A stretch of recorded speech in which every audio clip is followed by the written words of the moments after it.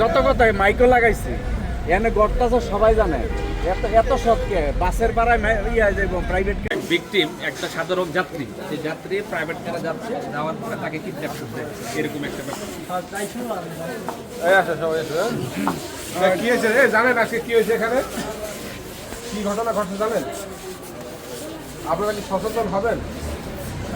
আর আপনারা সচেতন হবেন এবং এই ভিডিওর মাধ্যমে অন্য লোকগুলো সচেতন হবে। বুঝতে পারছেন? এই যে ওনার নাম কি? ওর নাম কি? আপনাদের এলাকার হাসান, হ্যাঁ, উনি ঢাকা যাবে ইমার্জেন্সি, ঢাকা যাওয়ার কথা বলে এলেঙ্গা বাস স্ট্যান্ড থেকে ওনাকে প্রাইভেট কারে একজন এসে বলছে যে ভাই আপনি কোথায় যাবেন? উনি বলছে ঢাকা যাবে, ওনার ইমার্জেন্সি যাওয়া লাগবে। যে অপরাধী ছিনতাইকারী সেও বলছে ভাই আমিও ঢাকা যাবো, তো আসেন আমরা একটা প্রাইভেট কার নিই। বুঝতে পারছেন?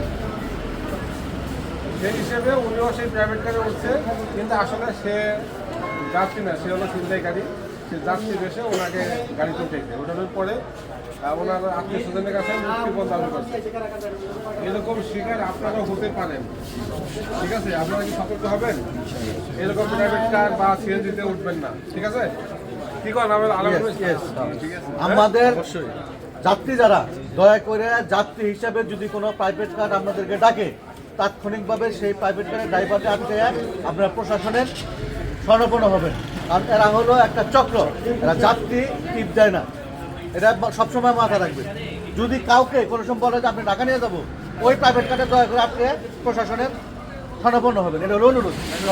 আপনারা বাপমার আবুদের ছেলে, আপনার বাপমার কাছে যদি ফোন দেয় ওটা গাড়িতে উঠে গিয়ে, তখনও কি বলে আপনার বাপমা তো পাগল হয়ে যাবে। যেমন দেখেন এই যে বাপমা দেখেন পাগল হয়ে গেছে, আপনি যত টাকায় চাক আপনি দিয়ে দিতে বাধ্য এবং মাইন্ড সাথে শিকার করছে, ঠিক আছে? আপনারা কেউ এই সচেতনামূলক ভিডিওতে আপনারা কেউ এই অজ্ঞাতনামা প্রাইভেট কার এবং সিএনজিতে বা অজ্ঞাতনামা ব্যক্তির সাথে গাড়িতে উঠবেন না, ঠিক আছে? তো আওয়াজ করো, হ্যাঁ ঠিক আছে? বুঝতে পারছো বিষয়টা ভাই?